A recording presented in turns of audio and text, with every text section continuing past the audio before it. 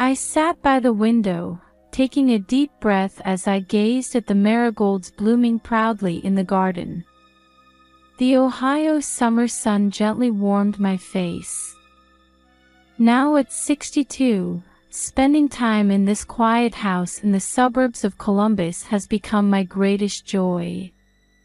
"I should give you a bit more water," I said to the golden flowers. Since losing my husband George 3 years ago, tending to this garden had become my reason for living.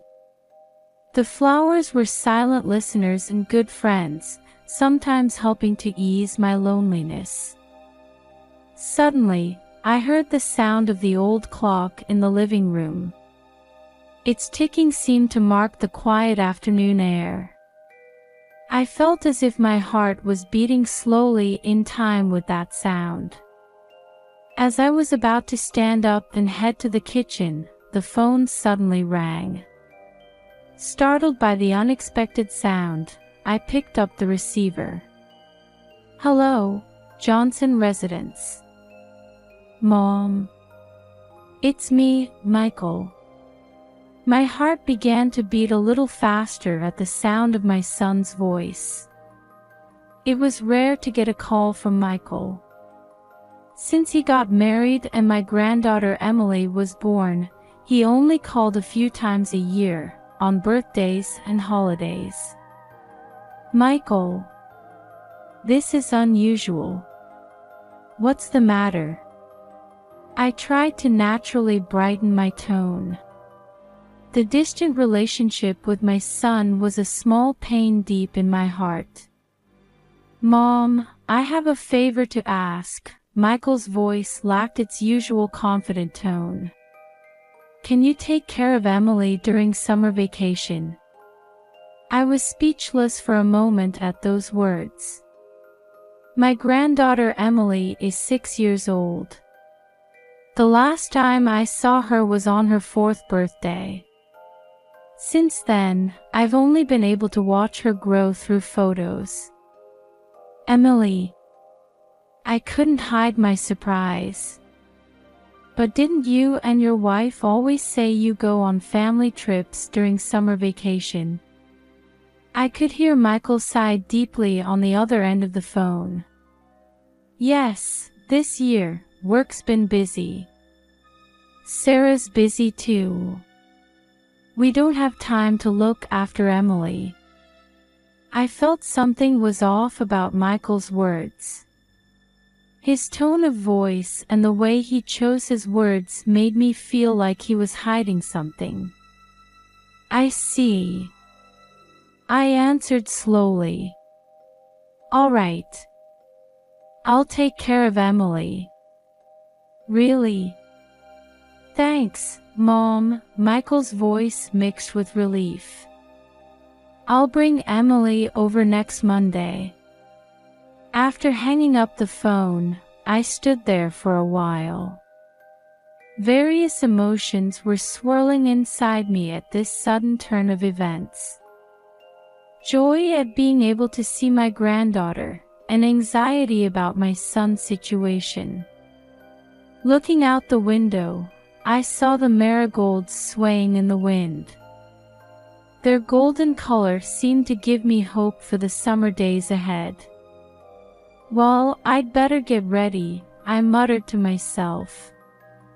As I began preparing to welcome Emily, I couldn't imagine what changes this summer would bring to our family. Monday morning, I woke up early and cleaned the whole house. I carefully made the bed in the guest room that would become Emily's bedroom and placed her favorite teddy bear by the pillow. As I was doing this, the doorbell rang. When I opened the door, there stood Michael and Emily. "Hi, Mom," Michael smiled, looking tired. My eyes immediately turned to Emily. My granddaughter, whom I hadn't seen in 2 years, seemed smaller and thinner than I remembered. "Emily, it's Grandma. Do you remember me?"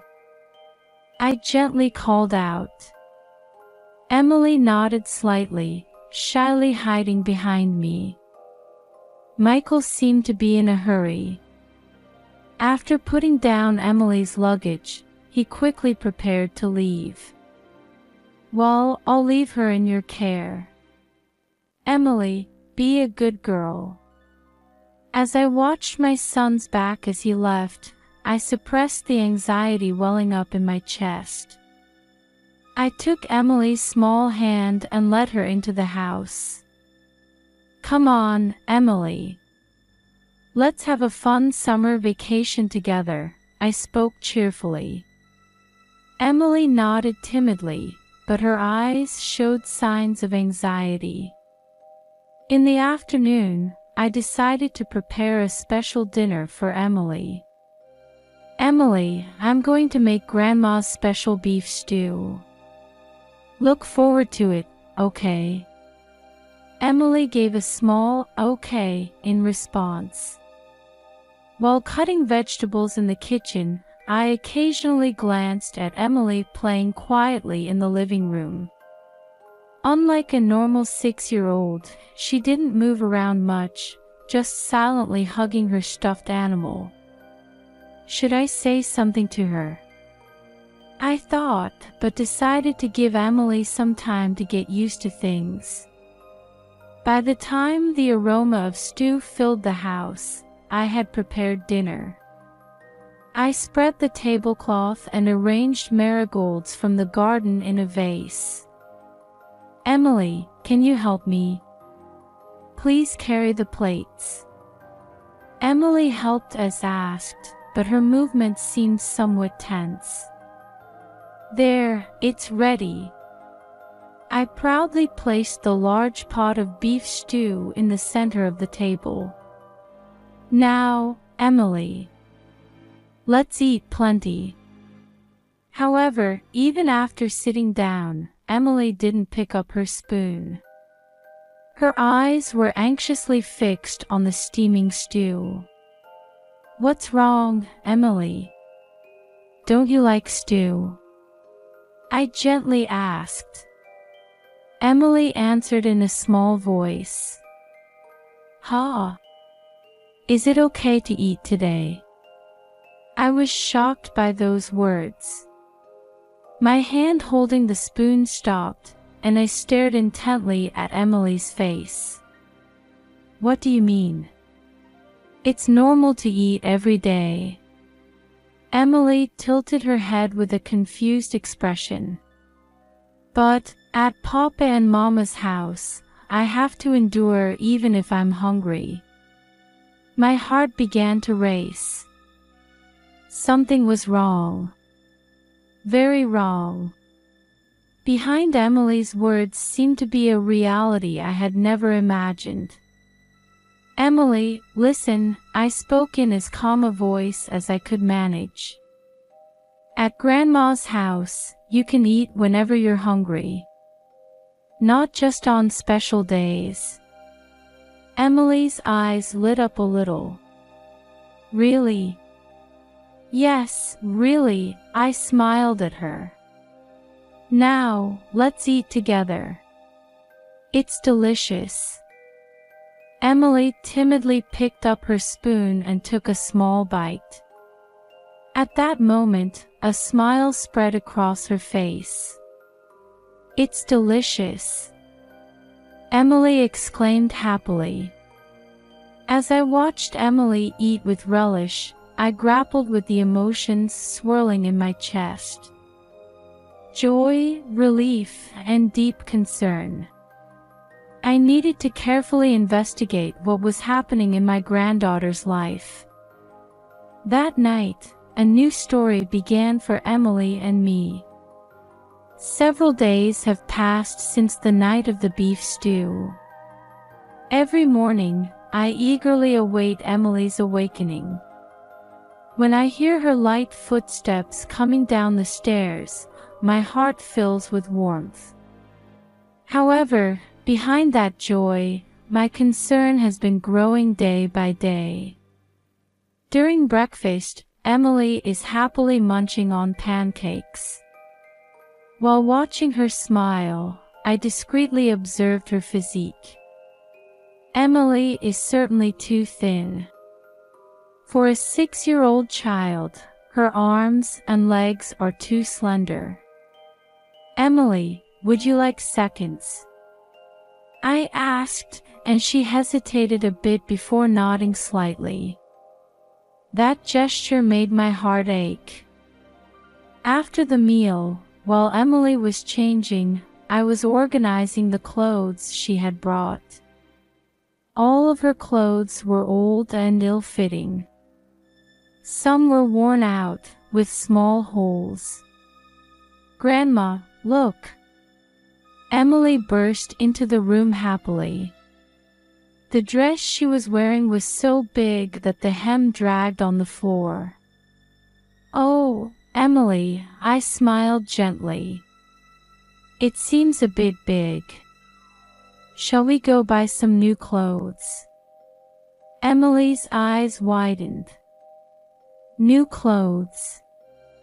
Really? That reaction made my heart clench. Is buying new clothes such a special thing for her? Yes, of course. Let's go to Walmart. On the way to Walmart in the car, Emily excitedly looked out the window. When we arrived at the store, she tightly gripped my hand. Entering the children's clothing section, Emily's eyes sparkled. She timidly touched the clothes, seemingly surprised by their softness.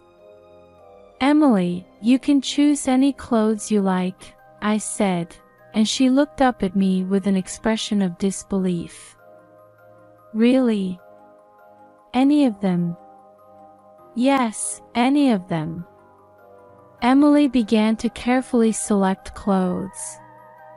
She chose simple, practical items rather than flashy ones. Watching her, I felt a lump in my throat.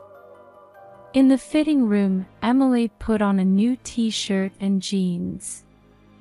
Seeing her happily twirl in front of the mirror, I couldn't help but tear up. "Grandma, why are you crying?" Emily asked curiously. "Oh, it's because I'm happy," I answered with a smile. "You look so cute, Emily." On the way home after shopping, various questions were swirling in my mind. What kind of life are Michael and Sarah leading? Why can't they buy new clothes for Emily? When we got home, Emily immediately changed into her new clothes and happily ran around the garden. Watching her, I made up my mind. I must investigate the situation of my son and his wife. That night, after Emily had gone to bed, I sat in front of the computer. I opened the website of the IT company where Michael was supposed to be working. However, Michael's name wasn't there. Further research revealed that the company had conducted large-scale layoffs a year ago. It can't be. I gasped. Had Michael lost his job? And why didn't he tell me about it? Next, I checked Sarah's social media. There were few recent posts, and those that were there weren't cheerful. One post caught my eye. "Another double shift today. Tired, but I have to keep going for the family." Anxiety and deep sadness spread through my heart. My son and his wife are struggling financially. And that impact has extended to Emily. Looking out the window, I saw the marigolds in the garden swaying quietly in the moonlight. I sighed deeply. I need to seriously consider what to do next, how to help Emily and my son's family. The next morning, I was already awake as the sun rose. I had spent the entire night gathering information and taking notes in front of the computer. My eyes were tired, but my heart was filled with determination. "Grandma, good morning." I turned at Emily's voice to see her standing in the kitchen, rubbing her sleepy eyes. "Good morning, Emily," I smile. "Today's going to be a special day." After breakfast, I left Emily with a neighbor friend and sprang into action. First, I headed to the office of a local NPO, Feeding America. "Hello, I was hoping you could help me with something." I approached the woman at the reception. Kind staff members explained in detail about their food support program. Learning that we could receive fresh ingredients and preserved foods once a week, and that it was done anonymously, I felt relieved. Next, I went to the local vocational training center. Here, I learned about IT skill update courses and programs to support career changes to new fields. This might be perfect for Michael, I muttered to myself. Returning home, I took a deep breath and picked up my cell phone. I contacted Michael and Sarah, asking them to come over tomorrow. The next day, when Michael and Sarah arrived, I tried to maintain my composure despite feeling nervous. A heavy silence fell over the three of us seated in the living room. "Michael, Sarah," I began gently but firmly. "First, thank you for telling me about your situation. Today, I want to discuss solutions." Michael looked up, his expression confused. "Mom, I'm sorry for making you worry about us. But what can we do?"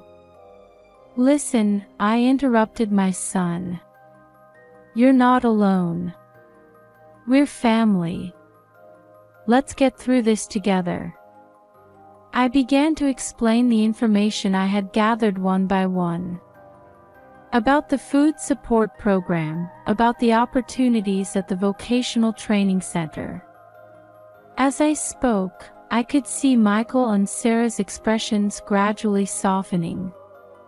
"But, Mom," Michael said hesitantly, "do we really deserve this kind of support?" "Michael," I looked my son firmly in the eye. "It's never shameful to ask for help when you're in trouble. That's what family and community bonds are for." Sarah said in a small voice, "But we've done terrible things to Emily."